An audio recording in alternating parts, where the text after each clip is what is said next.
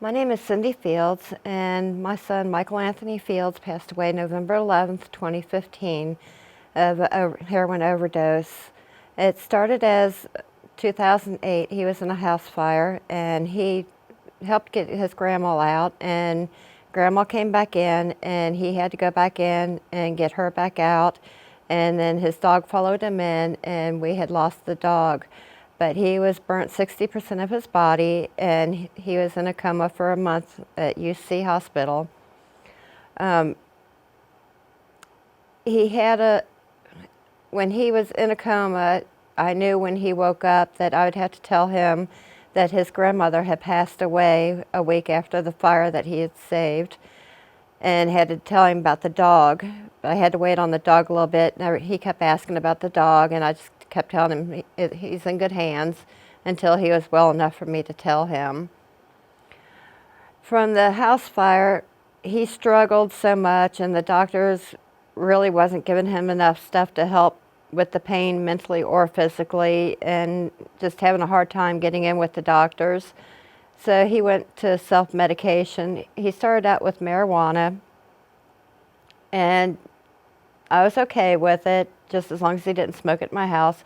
But it seemed to help there for quite a while, a few years. And then on November 11th, a police officer comes to my door and tells me that my son has passed away from heroin. I know I did a little backwards, but back in about 2 years ago, I was at a fishing tournament, and he came up to me and said, "Mom, we need to talk." And we took off and we took a walk and talked, and he told me that he had started on heroin and that he was going to get off of it, and if I would help him. So I helped him detox. He didn't go to the doctor or anything. We did it all on our own. And every weekend he'd come home and show me his arms, like, "Mom, look, they're clean, they're clean." And I was very proud of him, hug and kiss him and everything.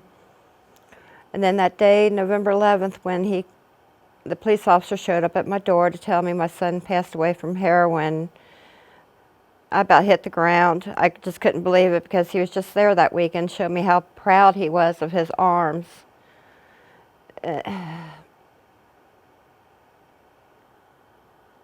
But I'm trying to use his death to help others. If this can help one person, 2 people, 3 people, as many as possible, using his story to save one life, I will be happy, very happy. He was a very loving boy. He has got a brother named Austin who loved him so much that he nicknamed him Ham. This heroin, it's killing so many people, that it's hurting so many families, moms, dads, grandparents, their siblings, or even right down to the pets are suffering, and the little babies that are detoxing. And we just have to do something about this. And if you've only known my son, he would have made you laugh and just have a good old time. He raised 2 dogs, the one that we lost in the fire, Zeppelin, and he's got Boss now. He is a German Shepherd Pit Bull mix, and he's a big puppy.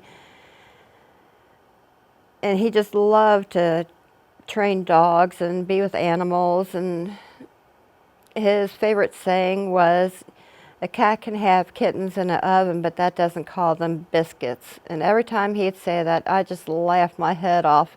I miss hearing it. I miss the phone calls. I miss the surprise, "Mom, I'm home." And knowing that that's never going to happen again is so hurtful. No family should have to go through this. He just loved playing the guitar. That was his favorite thing. And with the burns he had, it actually burnt his fingers, and his fingers were kind of crooked and all that.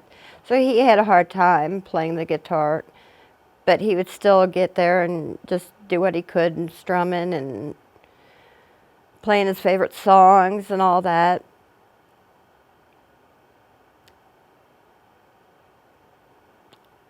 And the guy that gave him the heroin,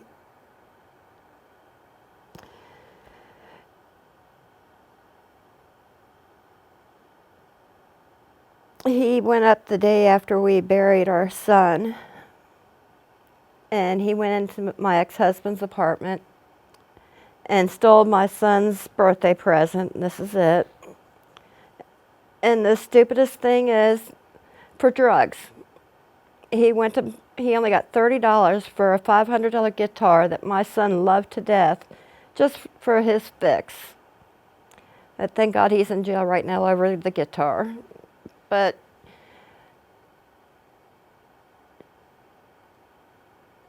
we need to get this under control so bad, because it's the theft and the pawning, and no house is safe with the heroin addict around. And you love them, you want to help them, and it hurts so bad. And now his brother that he called Ham, Austin, he's hurting really bad because he lost his brother. They used to go out frisbee golfing and going out and talking and throwing the football together, and it's a shame that he's never going to be able to do that again with his brother. That just doesn't hurt them, it hurts us all. And like they say, it takes a village to raise one child. It's going to take a village to stop this. So if we can all just get our hands in there and help fight this, no one else should have to die over this stuff.